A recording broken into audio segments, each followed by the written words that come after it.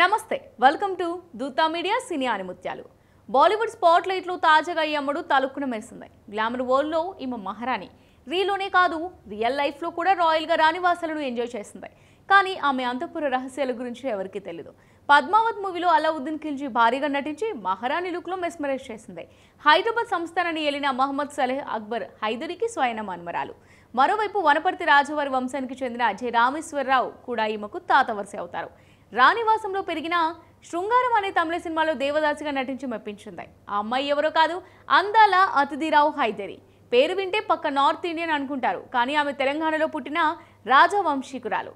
ఈ రోజు సినీ ఆనిముత్యాల్లో అందాల అతిథి జర్నీ గురించి తెలుసుకుందాం. తెలంగాణ ప్రాంతంలోని వనపర్తిలో 1986 అక్టోబర్ 28న జన్మించారు. తండ్రి ఇషాన్ హైదరి, తల్లి విద్యారావు. బాల్యంలో హైదరాబాద్ లో చదువుకున్న అతిథి ఆ తర్వాత మదనపల్లెలో ఇంటర్ పూర్తి చేసింది. ఢిల్లీలో మాస్టర్స్ చేసింది. చిన్నప్పుడు నేర్చుకున్న భరతనాట్యం ఆమెను సినిమాల వైపు అడుగులు వేసేలా చేసింది. విదేశాల్లో నాట్య ప్రదర్శన ఇస్తుండగా 2006లో వచ్చిన మలయాళ చిత్రం ప్రజాపతితో తెరంగేట్రం చేశారు. ఆ తర్వాత 2011లో ఏ సాలి జిందగీ, రాక్ స్టార్, 2013లో హారర్ చిత్రం మర్డర్ 3, 2016లో థ్రిల్లర్ వజీర్, 2018లో పీరియాడికల్ డ్రామా పద్మావత్ వంటి హిందీ చిత్రాల్లో ఆమె సహాయక పాత్రలు పోషించింది. మణిరత్నం 2017లో తీసిన రొమాంటిక్ డ్రామా కాట్రు వెలియడేలో హైదరి ప్రధాన పాత్ర పోషించింది. ఈ చిత్రానికి ఆమె సైమా అవార్డును గెలుచుకుంది. 2018లో వచ్చిన సమ్మోహనకి ఉత్తమ నటిగా ఫిల్మ్ఫేర్ అవార్డుకు నామినేషన్ అందుకుంది. ఇలా పలు తమిళ, తెలుగు, మలయాళ చిత్రాల్లో నటించింది. 2009లో హైదరి భారతీయ న్యాయవాది, మాజీ నటుడు సత్యదీప్ మిశ్రాను వివాహం చేసుకున్నారు. 2012లో ఓ ఇంటర్వ్యూలో తన వైవాహిక జీవితం గురించి మాట్లాడడానికి నిరాకరించింది. తర్వాత 2013లో తాను మిశ్రాతో విడిపోయానని పేర్కొంది.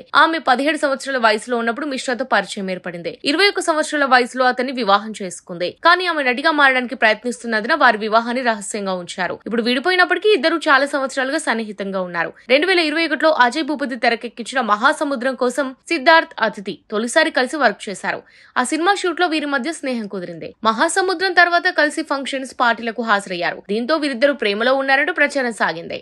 ఆయా కథనాల్లో ఎలాంటి నిజం లేదని, తాము కేవలం స్నేహితులు మాత్రమేనని పలు సందర్భాల్లో ఈ జంట కొట్టి పారేశారు. తాజాగా సెప్టెంబర్ 16న వివాహ బంధంలోకి అడుగుపెట్టారు. వనపర్తి సంస్థానాధీశుల వారసులో అతిథిరావు ఒకరు. అందుకే ఆమె ఆ సంస్థానానికి చెందిన దేవాలయంలో వివాహం చేసుకున్నట్టు తెలుస్తోంది. సిద్ధార్థ్ కు ఇది రెండో వివాహం. గతంలో మేఘన అనే మహిళతో పెళ్లి జరిగింది. 2007లో వీరిద్దరు విడిపోయారు. తామిద్దరిలో ఉన్న కొన్ని ఉమ్మడి అభిరుచులే తమ అనుబంధాన్ని మరింత దృఢం చేశాయంటుంది అదితి. మా ఇద్దరికి ప్రయాణాలంటే ఇష్టం. ఈ ప్రపంచంలో ఇదివరకు చూడని ప్రదేశాలని చుట్టేయాలనేది మా కోరిక. ప్రతిసారి మా మధ్య చర్చకొచ్చే విషయాలు ఇది ఖచ్చితంగా ఉండేది. ఈ ఏడాది మేలో కేన్స్ చిత్రోత్సవం పూర్తయ్యాక ఇద్దరం కలిసి ప్యారిస్ వెళ్లాం. వారానికి పైగా అక్కడే గడిపాం. అయితే క్రిస్మస్ లండన్ లో సెలబ్రేట్ చేసుకోవాలనేది నా కోరిక. గతేడాది ఈ కోరిక నెరవేర్చాడు సిద్ధు. ఇలా ట్రావెలింగ్ కాదు, మా ఇద్దరికి సంగీతం అన్నా మక్కువే. అందుకే ఇద్దరం కలిస్తే చాలు, తను ట్యూన్ కట్టడం, నేను పాట పాడడం, ఇలా సమయం ఎంతో సరదాగా గడిచిపోతుంటుంది. ఇక సిద్ధు వంట బాగా చేస్తాడు. అయితే అందుకు డైరెక్షన్స్ మాత్రం నేనే ఇస్తాననుకోండి అంటూ నవ్విస్తుంది బాలీవుడ్ బ్యూటీ.